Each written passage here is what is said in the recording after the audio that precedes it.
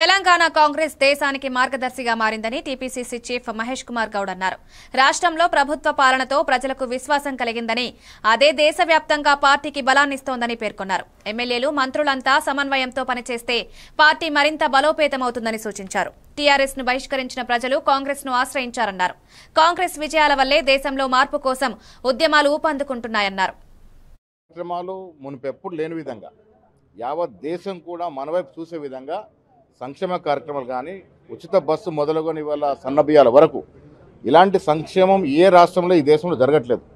దాంతో అభివృద్ధి కూడా, విద్య, వైద్యం, విదేశీ పెట్టుబడులు 1,75,000 కోట్ల విదేశీ పెట్టుబడులు, 60,000 ఉద్యోగాలు, ఇలాంటి కార్యక్రమాలు ఈ దేశంలో ఎక్కడ జరగలేదు. అన్నిటికీ మించి యావత్ దేశానికే రోల్ మోడల్గా తెలంగాణ మారింది. ఇవాళ కుల సర్వే చేయడం అనేది రాహుల్ గాంధీ ఆశయాన్ని రేవంత్ రెడ్డి గారు పరిపూర్ణంగా ఇంప్లిమెంట్ చేయడం, ఇది వాళ్ళ దేశానికి దిక్సూచిగా మారింది. ఆ కారణంగానే మోడీ గారు అసలు కుల సర్వే సాధ్యం కాదని చెప్పినటువంటి రాజ్నాథ్ సింగ్ గారు, గడ్కరీ గారు మాటలు పక్కన పెట్టి మోడీ గారే స్వయంగా కుల సర్వేకి ఆదేశించడమే కాకుండా ఇవాళ గజెట్లో తీసుకొచ్చిన సందర్భం, దానికి అంతటి కూడా కారణం తెలంగాణ రోల్ మోడల్.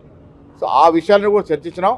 రివ్యూ మీటింగ్లో మేము చర్చిన విషయాలు పార్టీని మరింత బలోపేతం చేయడం, ప్రభుత్వ కార్యక్రమాలు ప్రజలకు చేరడంలో కార్యకర్తలు ప్రముఖ పాత్ర వహించే ఈ రెండింటి మీద రివ్యూ జరిగింది.